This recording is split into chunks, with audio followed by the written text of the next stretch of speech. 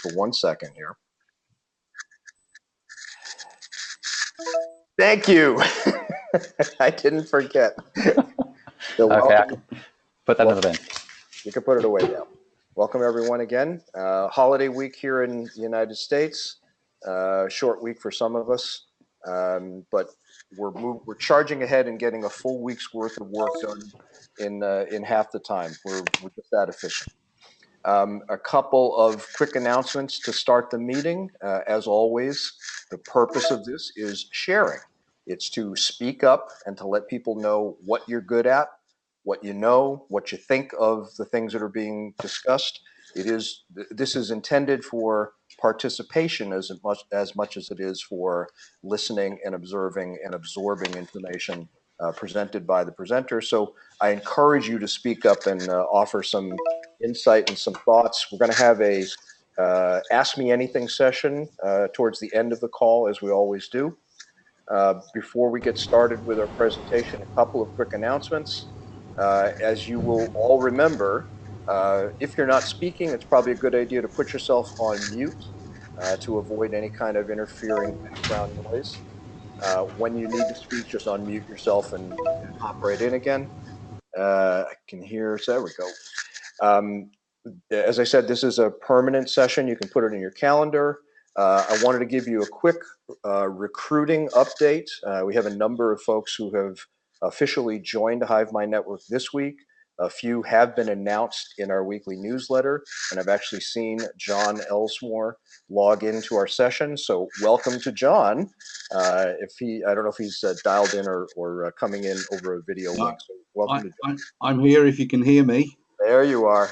My screen isn't big enough to show everybody's face, so I don't see yours. Yeah, I've turned the webcam off deliberately. So we're used to frightening sights, John. It will not disturb us. But welcome, and I'm letting everybody know that John's joined the network with a specialization in procurement. Also welcoming Dean Bennett, an expert in what I guess we're calling personal development and training. A couple of other names that are joining the network have not yet been announced, will be showing up in this week's newsletter. Ex-Gartner and HP executive named Bob Sakakini, based here in the US, who has decided that HiveMind Network is a way to continue his involvement in the IT and consulting space. Also would love to welcome Bill Mirabito, a former Forrester colleague of mine and a few others on the call, who has a very successful e-commerce consulting firm here in the States and has decided that he individually will join the network, and he's thinking about bringing others from his firm on as members of the network as well. We have invitations for membership out to about a dozen or more folks in the US and the UK. We're hoping that we'll be hearing more from new members and announcing more new memberships as time goes on. I wanted to just give a quick update on Lyndon's situation. Lyndon is currently losing the battle with the magpies that are intent on destroying his in-ground Ethernet. So if you're having any difficulty communicating with him electronically, you can blame the magpies in his back garden for that problem. Lyndon, is there any solution that you can envision to this problem? I'm thinking a scarecrow, but nothing more technical than that. How about armored conduit? I was going to make that suggestion. Plus, I was also going to suggest weapons, but that's for U.S.-based consumption only. Or a big cat. I need a big cat. A big cat. I want to make another announcement, a reminder about an upcoming event. We're going to have a new member drop-in call. This is for those who have joined the network in the past few months, really, and it will be focused on issues, questions, getting you familiar with the whole process of the HiveMind network. We're planning this tentatively for Friday, December 5th. It'll be at the same time as this call, 1700 UK, 12 noon Eastern time. And we'll send out more details about that when we've actually got a plan instead of me just making this up as we go along. And finally, I'll let you know, we've had a couple of members who previously did not have blogs are now using HiveMind as their blogging platform. If you have a wish to establish a blog and don't have a blogging platform, we'll be happy to help you set one up. So with that, I am going to turn our attention to the person whose face is now appearing. Actually, now I can actually see his face. Andrew Kidd, who has been a member of the HiveMind network for some period of time. I actually don't remember how long, but I'm sure Andrew will tell us. Andy, give us a little background on yourself when you get started. And while you're doing that, I'm going to share your presentation slides. So you've got about 20 minutes, so take it away as you are ready. Cool. Everybody hear me okay? Yeah, great stuff. Thanks. Thanks for the introduction, Paul. My path crossed HiveMind back in about July after a recommendation by Ian Carroll. Our paths crossed going back a good couple of years now when I was doing some work with DWP in the enterprise transformation space. That was up in Manchester. And I was working alongside Ian, networking with Ian, but working alongside another guy called Sean Blezard. And what I'm going to share tonight is an amalgamation of two techniques that these guys had developed. Sean Blezard brought Agile BPM from Barclays as a way of visualizing services and service touch points for engineering tasks, for big re-engineering programs, so that we could understand really how value was flowing through the organization. And we could look to do some channel shifting, which seems to be, in these times of austerity in the UK, what the government and the public sector organizations are looking to achieve. And Ian's technique was called systemic flow mapping, or is called systemic flow mapping, which is a tweak on the lean value mapping, but dropping Kanban boards along the value chain to allow us to really visualize the work as it's flowing through a system. Both of these techniques I've found to be really useful in a non-disruptive, or as creating a small splash when entering a large program of activity. And this is one of the points I wanted to make tonight around. Hey, Andrew, excuse me. Give me a high sign when you want me to advance the slide. Just give me a wave or something like that, and I'll move the slide. Okay, we'll try. Yeah, that's good. Okay, so have we got slides up? Have we got anything that people are seeing? I'm just wondering if I can see what you guys can see. Should I open my deck and then I thought there'd be a screen sharing option. This is John. I can see the slides. Yes, I have them on the second slide, the title, Scaled Agile in the Public Sector. Cool. Is there any way I can see them as well and then know where everybody is? I believe so. You may need to maximize the window in order to see the section that is shared content. Let's have a look at that one. No, that's like another window. Use. Let's look at that one. Any icons? That's been recorded. I'm not seeing anything. All right, let me try this. I'm going to promote you to be the presenter. Okie dokie. So you're going to get to see my desktop. Well, what you should be able to do is control the flow of the slides that I'm sharing. If your window, I'm sorry for the technical problem here, folks. If your window is maximized, you should have a control at the bottom of the window that lets you see and advance. Gotcha. Okay, yes, I'm seeing the PDF. So I've just clicked on the PDF. Okay, so I'm seeing that you're sharing it. Add files, screen app, share screen. Is it the share screen that should be hitting?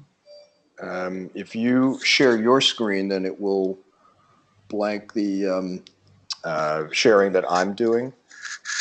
So I don't think you need to share your screen. Okay. So that's telling me I'm still not seeing what you're looking at. Well, I'll just fire up my my slide here, and then I'll just pop it to one side, and then I can at least see you guys. Cool. Let's pop that there. Have that there. A little bit of desk reorganization. Yeah, sorry about these folks. Right. So let's go to the second slide.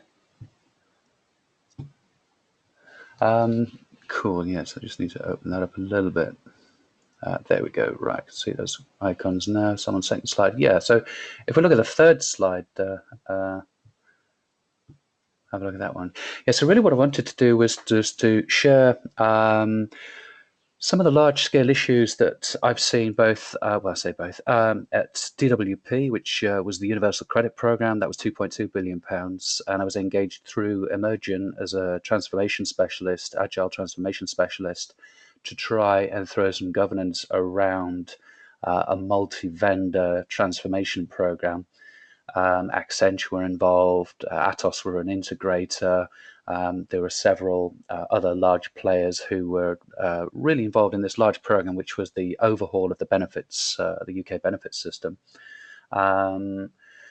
I then rolled off that one nearly a year later and into HMRC, and HMRC were doing something similar around their tax platform, again involved with Accenture, Gemini, Fujitsu, and that was under the amalgamation called Aspire.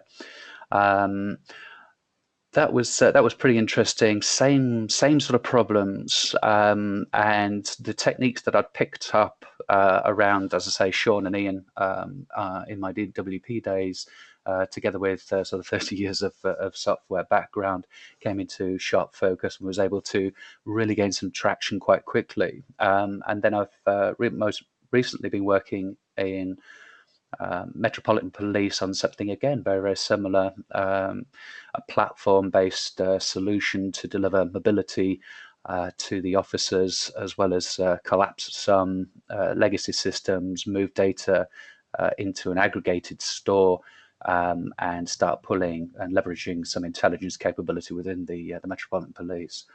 So it's some interesting stuff, but the patterns of the issues are pretty consistent that I've seen on 3 major gigs now. So I really just wanted to share that, along with my Sanity Survival Kit, which I've found pretty useful, really, for rapidly making sense of a situation and then easing my way into finding the first point of leverage.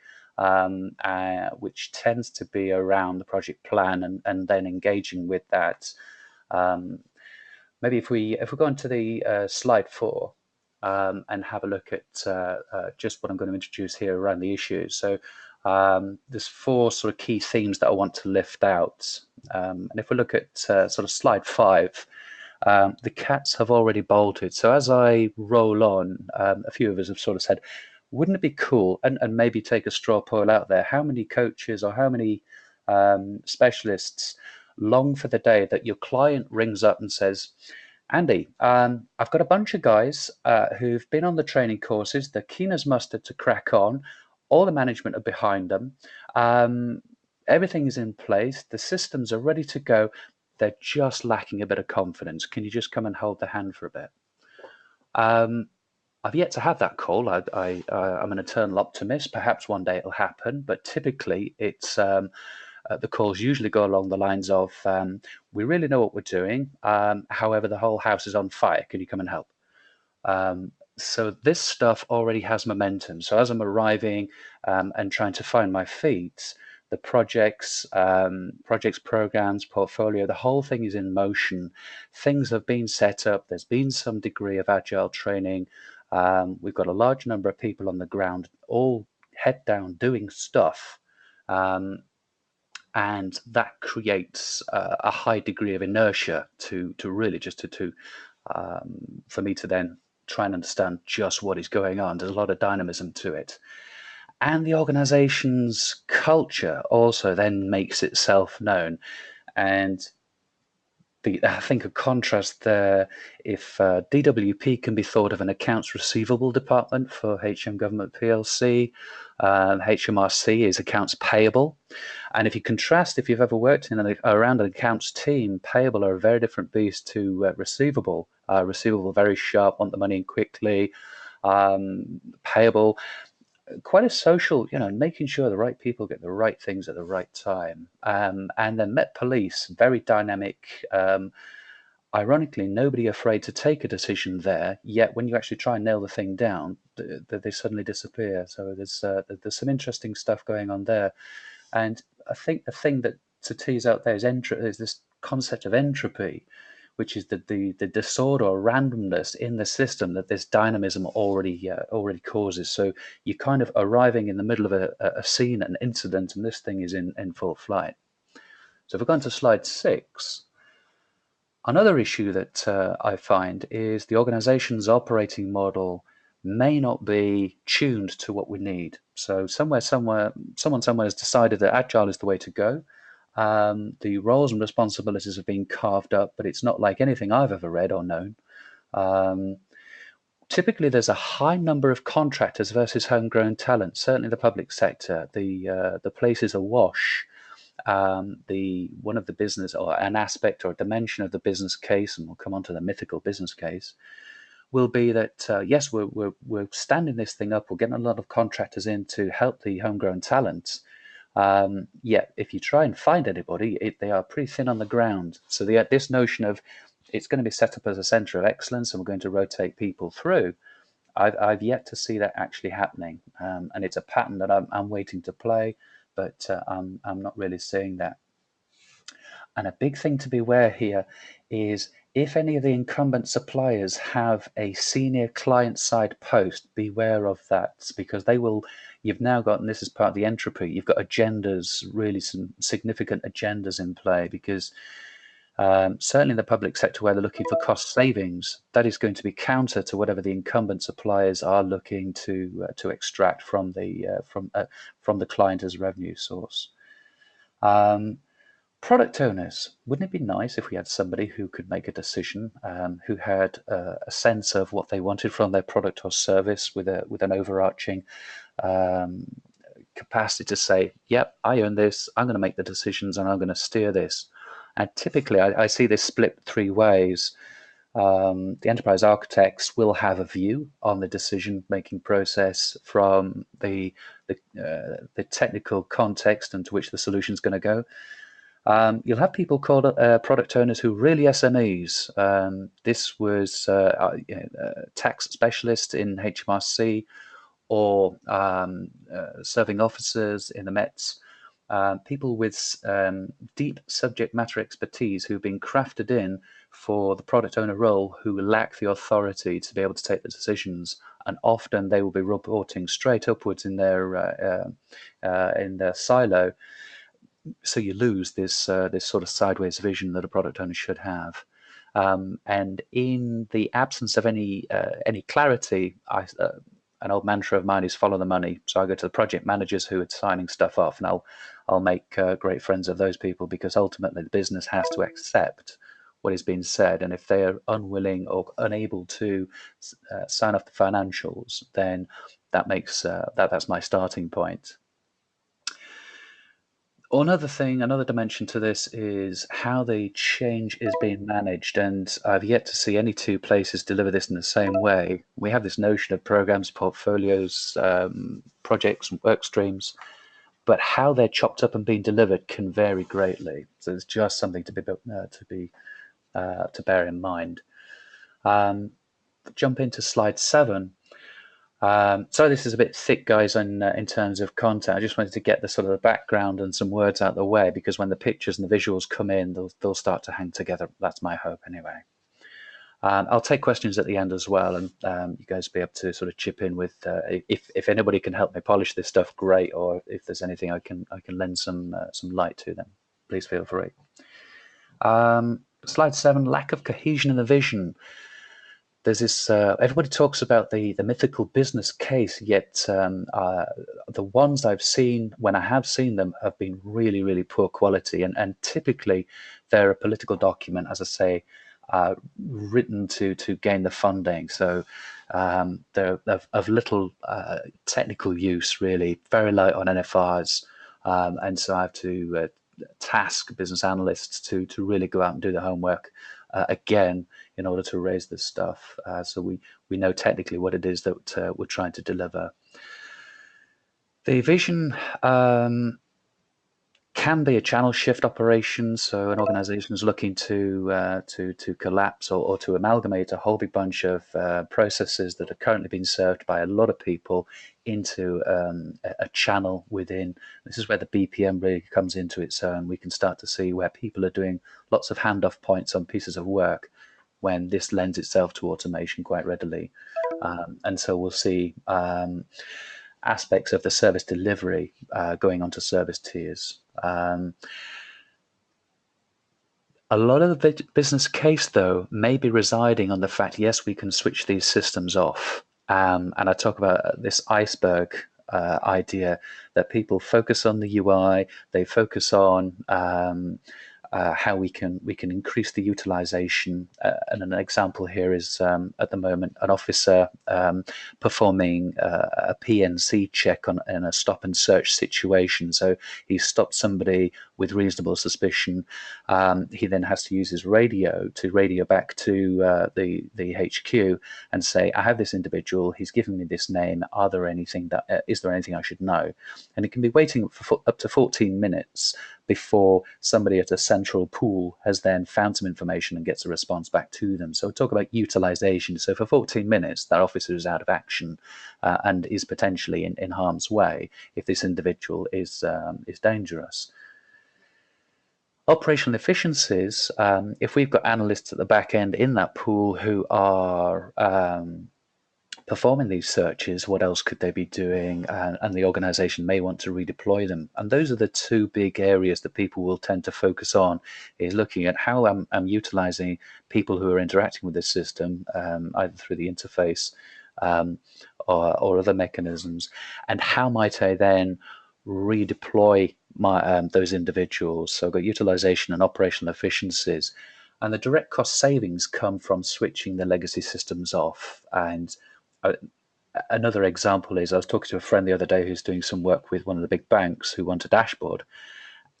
No real analysis has been done on the systems and the flow of data through the systems that are supposed to be being switched off.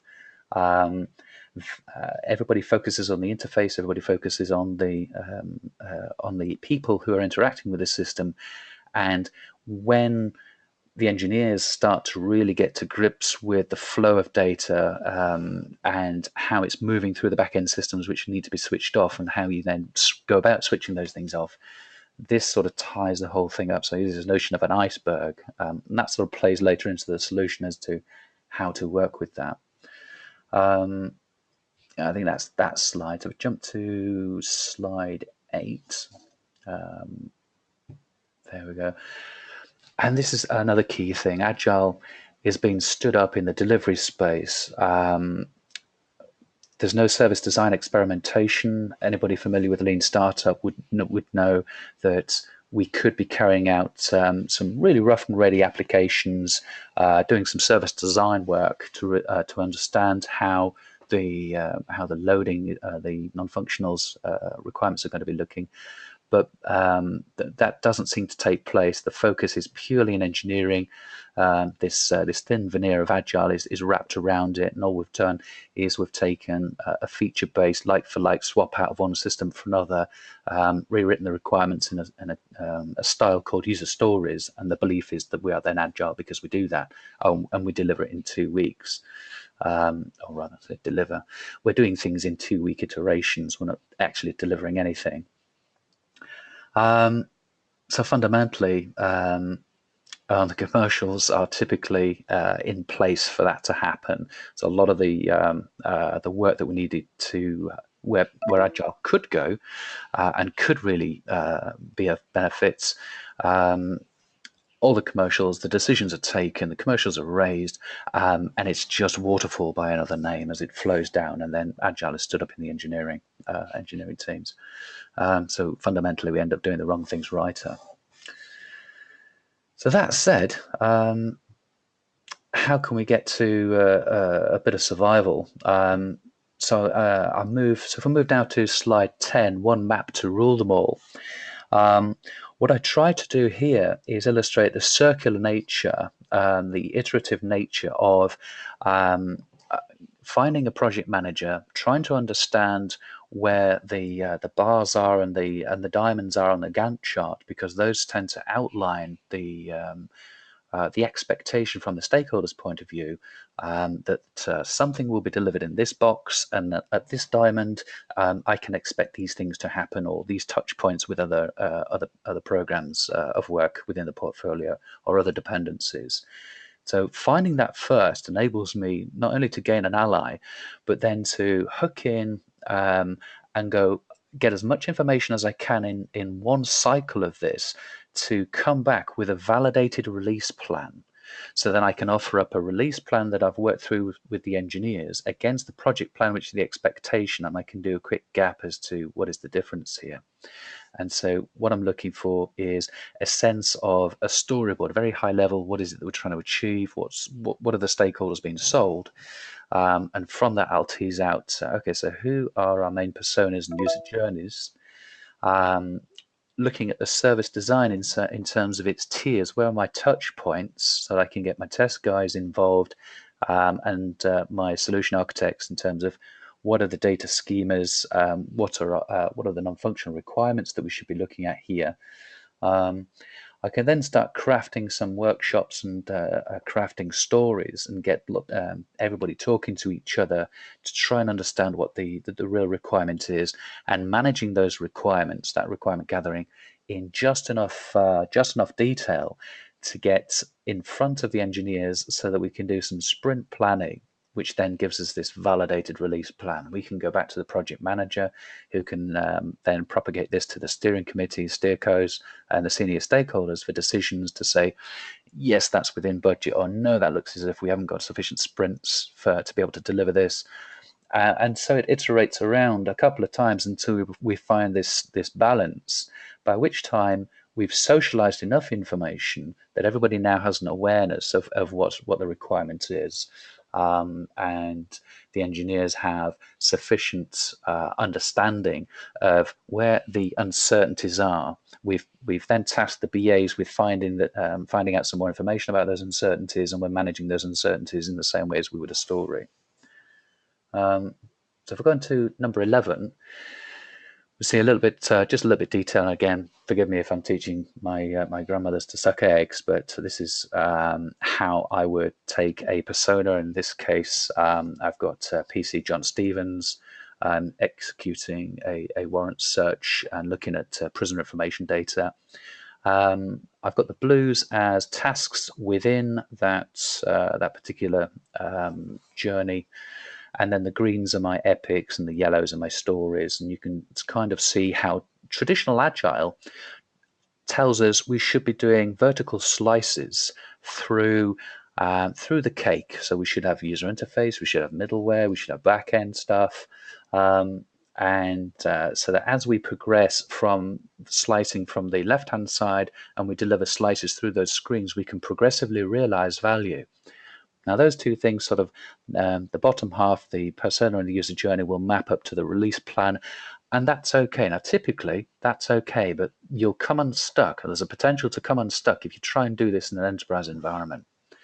I'll come on to why in a second, but if we jump to slide 12, this I've found has been the root of greatest leverage.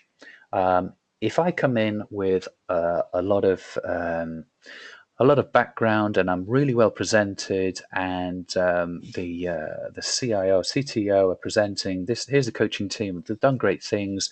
Everybody's going to listen to what's going on here, because we are going to be really, really successful. I've yet to have an introduction like that. It's almost you're rolling out the helicopter, there's machine gun fire in the background, everybody's ducking, and then the nearest sergeant just over there, get your kit and put down some suppressing fire. That tends to be your typical introduction, which means that we have to understand where the current requirement flow and design flow is. So I say here, beat them at their own game first. So understand where it is. And typically, you've got the program BAs working up the requirements to try and understand what the actual need is. We've got the engineers, the user interface guys, and the architects working up some form of solution as a marry up to the requirements, which goes through into the backlog, and then the Scrum teams will draw from the backlog, and that'll get socialized into the delivery space. That's how it should happen. But what you actually find, if you go to slide 13, is architecture will get bogged down because the enterprise architect council, the tech council, can't even agree how to agree on things. The user interface design team are suddenly swamped because we're delivering a whole big bunch of stuff, lots of permutations, the screen flows aren't right, the wording needs to go to policy. We've got every man and his dog poking at this thing, and it's just dead. So what happens is the BAs are now writing requirements straight into the backlog on a feature-by-feature basis, and the delivery teams are picking stuff up and using their best endeavors to deliver it. So they've completely bypassed the whole solution design piece.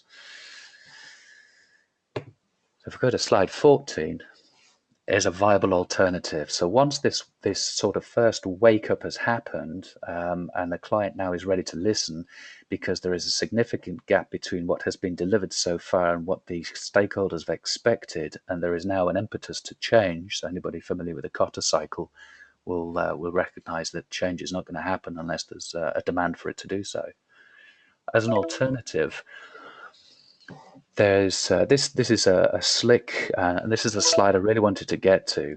There's a slick way of pulling all of these pieces together, and it's to break apart the UX and fast iterate through UX through the sprints without getting caught up with the sort of below the waterline iceberg dependencies. So the way stuff I tend to flow stuff is I'll have a team of the program BAs, product owner, project manager, solution architect, and user X guys in a workshop where we're teasing out what the journeys are, the personas, and understanding the process. And the output from those sessions are some wireframes in just enough information for me to commission work with the dependent systems. Now, the solution architects are now going to sit on those dependencies and ensure that those dependencies deliver. We've contracted across APIs and schemas, and we understand what the test data should look like. And so we'll send those guys off. Now, they'll be moving typically at quite a slow pace. Now, remember me saying that if we tied the UX into delivering, so we were delivering slices of architecture at the same time we were delivering the user interface, we'd be locked into that. The way we break free of that is by having a fast stream over the top. Because we know what the schema is, we know what the test data should look like, and we understand the user flows, we can take those wireframes and work them up in front of test users and drop stuff out the other side. So we're working with stub data, and that's the real trick. So when we drop off the other side of that UX design board and into the story writing area, then our Scrum BAs, the solution architects, the devs, and the QA guys can start working those stories up into a lot more clarity, into a state that's deliverable, into the delivery board, which is the next one off to the right that you can't see. They can start delivering stuff, and we build in a couple of sprints. So when that dependency finally makes it through and into the story writing phase, the stories that we need to hook the front end onto the back end are relatively minimal. And that is if we've managed that dependency quite well. Now, the dependency can be all sorts of different things, but typically that's when we're talking to large back-end systems. Big data moves, aggregated data stores, all sorts of any dependent system that we need to be managing. And the reason, well, lots of benefits of doing this, but one of the major benefits of this particular process is that it allows us to show our stakeholders some rapid progress, since that is what they're expecting to see. And to date, no amount of education otherwise has convinced anybody that that's not what they want to see. Hey, Andy, I'm going to interrupt you for a second. I'm going to give you like a 3-minute warning, okay? Cool. I'm just about there with this one. We've got the validated UX coming off that top ramp allows us to get something that is so the language is correct, the screen flow is correct. The only thing that's not actually happening is we're not using live data. And as I say, if we allow a couple of sprints to just recouple the front end to any of the APIs that we've been working on, then that minimizes the amount of technical debt due to us veering off from where we should be. So that is, I think, one of the sort of the key tools that I found. This and the Agile BPM in deriving what the service should look like in the first place. But yeah, that was pretty much it. So I guess I can leave that slide up, but the next one is really just thanks for listening. And if anybody's got any questions, please feel free to shout. Observations.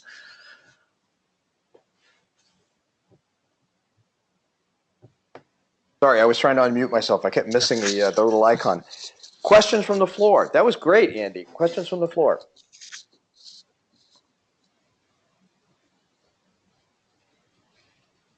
All of you experts think this is perfect, needs no comment. Maybe not an expert. This is Kitty in the U.S. I thought that was a very good presentation, and I've been caught in the crosshairs of this many times on many types of situations. And I think it's a very interesting idea, because you're showing on the design and the story writing, you're connecting the user piece in a way that they will see progress rather quickly without hobbling the behind-the-scenes piece, especially on the database flows, because that's where it seems to often be the issue, that you uncover all this legacy junk that people have done, and you start breaking things, and you can't afford to do that in the production environment. But it's a very compelling construct, and I like the fact that you're using the police on the street as your sample, because it's easy for anybody to envision it. So very good things to chew on. Will it make the boat go faster? There's the question. Yep, thanks. Only if the network is any good. See, that's the whole bottom line. If they haven't done the infrastructure part and they start twisting this stuff down insufficient infrastructure, it's going to hose up anyway. Exactly, Kitty. And there's, I think, an important point there is I'm trying to introduce this notion of experimentation, and the reason we got locked up at police, and I've seen HMRC lock up, and I've seen DWP lock up, is nobody is testing the architecture. The architecture designs are being passed out as on tablets of stone, and by treating those as a dependency, what I'm trying to do is educate the guys into, okay, so we could have some user journeys just as architectural experiments. So the users could be different systems, and the journeys they're fulfilling. If we have that BPM right, then each interaction is potentially an opportunity. It doesn't have to be a human user; it can be another system user. So we can start throwing some experiments through. But it was the first step in introducing this notion of let's experiment. Let's decouple a piece that everybody's fixing on from stuff that they're not, and how can we then smash that into smaller pieces and test some of these major leap of faith hypotheses that people are chucking in. Andrew, one term that I found very useful that you might want to think about incorporating is that experimentation, depending upon the industry, could be very scary. But the word that I used was protocycling. Ooh, and nice. Yeah, and so it's that concept of let's give it a go, but it takes it out of the realm of the fear. Yeah. So I license you to use that. Thank you. Protocycling, I like that. Thank you. Thanks, Kitty. More questions. We have about 10 minutes through the call. More questions on this topic. Oh, there's David Waller here. Hopefully you can hear me. Yes, sir. Coming Good. through good. Just interested in the product owner bit, the bit that you started at the beginning. Multi-vendors, obviously sort of multi-product owners presumably as well in this. And how do you get sort of a consistent view across a huge organisation like DWP? Yeah, PO versus vendor. Yeah, I try to ensure that my product owner, and this is where I start off with my my BPM, because the product owner is the owner for that service or product, and really I think in terms of what the I use this term, product and service interchangeably, but I try and move people into looking at it as a service. And so my product owner really is a service manager. And if you get into the service manager paradigm, then people start to, okay, yeah, so what I'm looking for is people's experience of that service rather than I'm owning a deliverable. But if I'm teasing things apart into different streams or different swim lanes on that, then I can have a product owner on each swim lane, sure, and then I could have a service manager whose service is the amalgamation, the expression of all of those products that and how they're purposed. And a really interesting piece, just to make sure that everybody is looking at the vision of will it make the boat go faster rather than will it make my particular piece work better, is right across the top I'll put the user journey itself, and even above that I'll have a bit of an XY graph, and above the line is positive, below the line is negative, and I'll have a sine wave that is showing happy and sad in terms of the customer's experience of using that service. So what it allows us to do is, through user testing, user insight, is see where people are getting stuck, where they're getting really hacked off, and then I can look straight down and see which service interactions are causing us some pain, causing the user of the system, the service, the most friction. If we're in the private sector, friction at that point would cause me to look to someone else. Yeah, can I jump in there, Andrew? Yeah, sure. It's Ian here. I'm not part of the network, but I'm interested in being involved. I was very interested in hearing what you just said, Andrew. I'm a customer experience consultant, and the point where you said going back to the customer is where, when I work with organizations,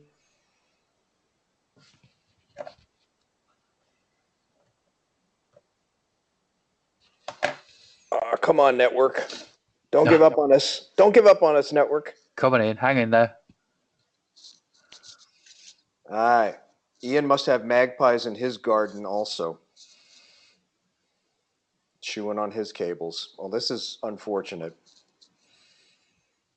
While waiting for him to come back, can I just follow up on the process owner bit? Subject matter expert, how often do you find that what you're getting is the subject matter expert's view and they're not really going out and getting the requirements from their peers? I would say 80 to 85% of the time. Yeah. Yeah, and it falls down to Ian and his team and the likes to really follow that up. And I've found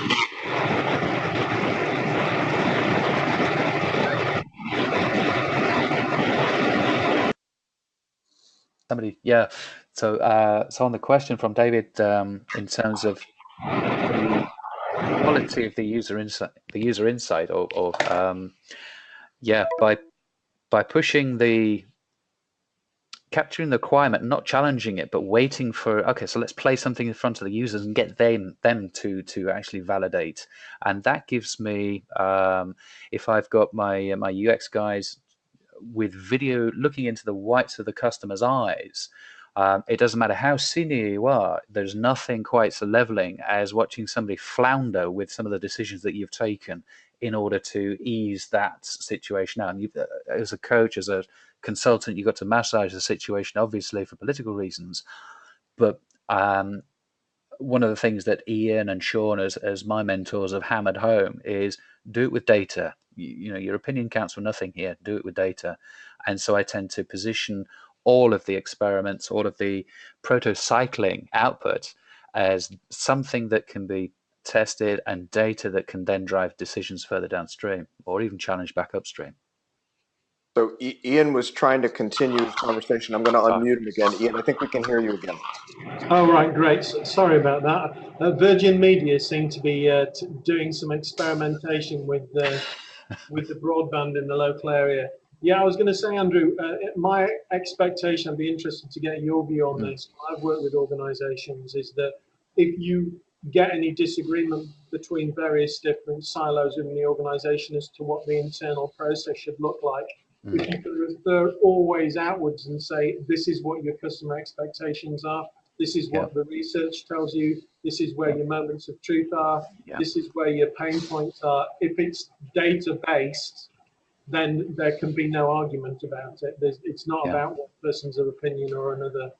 Yeah, absolutely. I echo that, and that's service level agreement. So it's what are people buying from us? What is the expectation that the brand promise or the service level agreement, if it's contractual, exactly that. Get the things to line up, and then it just takes that opinion out of it all, doesn't it? Yeah, absolutely. Especially, promises and commitments, I think, are a really important part, because often from an operations perspective and from a marketing perspective, you're still going to have disagreements as to what the experience should look like. But if you've got a common set of promises and commitments that everybody can buy into, that's based on the reality of what customers are telling you, then however you position your brand and however you deliver your product or service, if they're based on the same common set of principles, then there can be no disagreement. So yeah, you're absolutely right. Cool. So Andrew, where do you take this from here? Going forward, how do these new insights help you streamline and refine and improve satisfaction to clients, just in a nutshell?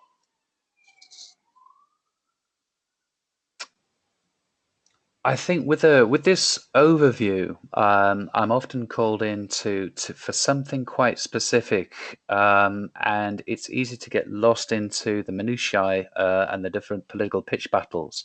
By having this helicopter view over how it should work, enables me to just make really small incremental changes towards something. Now, I might know that this is a great way to work and is the best way to work. However, I've got to take people on a journey, and I guess each of us realizes that as we roll off one gig, and then we have to emotionally reset the clock right back to, okay, these guys are at the beginning of their journey again. Not getting caught up with their pitch battles, and having these reference experiences just helps me retain my own sanity and the ability to step back and say, okay, guys, you need to make some mistakes here, but I can do it in a sandboxed way. So I think confidence, but at the same time, not getting wrapped up in the wrong battles. That I think is my sort of takeaway, and it then enables me to get slicker with my engagement pitches when I'm talking to clients and getting some clarity on what their expectation of me is, and I can then have okay, so let's do that. What is the smallest thing that we can do to test that? Great. I want to thank you for being a courageous contributor and sort of barreling through any little technical glitches we might have had during the session here. I'll remind everybody these slides are available if you want to steal from them or talk to Andrew about how best to steal from them. They're available to you. We have a session coming up next week that I'm really looking forward to. Nicola Collister and one of her colleagues are going to be presenting about customer experience and its specific impact on business outcomes, something that I think is of particular interest to us in the network, being able to tie what we do directly to specific customer outcomes, always an interesting topic to me. I want to thank everybody for your time and attention. Those of us in the US, enjoy your holiday week. Those of you in the UK, sorry, you're going to have to wait a bit before you get to enjoy some holiday time. We'll see you here again next week at this same time for the next drop-in, and we'll be looking for, you should be looking forward to announcement about our drop-in for new network members. You put that on your calendar and be able to join us and have a discussion about topics that are of interest to those who have just joined the network recently. Thanks, everybody. See you again next week.